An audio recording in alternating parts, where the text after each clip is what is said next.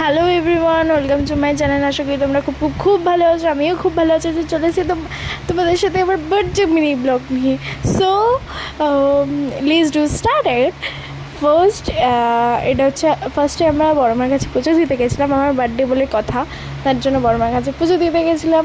দেন তারপরে আমরা শপিং করতে গেছিলাম, বিকজ আমার বার্থডের দিনে আমি শপিং করতে গেছি, কারণ এই ভোটের রেজাল্ট এইগুলো নিয়ে। ভোটের রেজাল্টের পরের দিন আমার বার্থডে ছিল, মানে 5th জুন বার্থডে ছিল, আর 4th জুন রেজাল্ট ছিল। এই কারণে আমরা বার্থডে দিন শপিং করতে যাই, ঠিক আছে। তো যাই হোক, বার্থডেটা আমার ভালোই কেটেছে।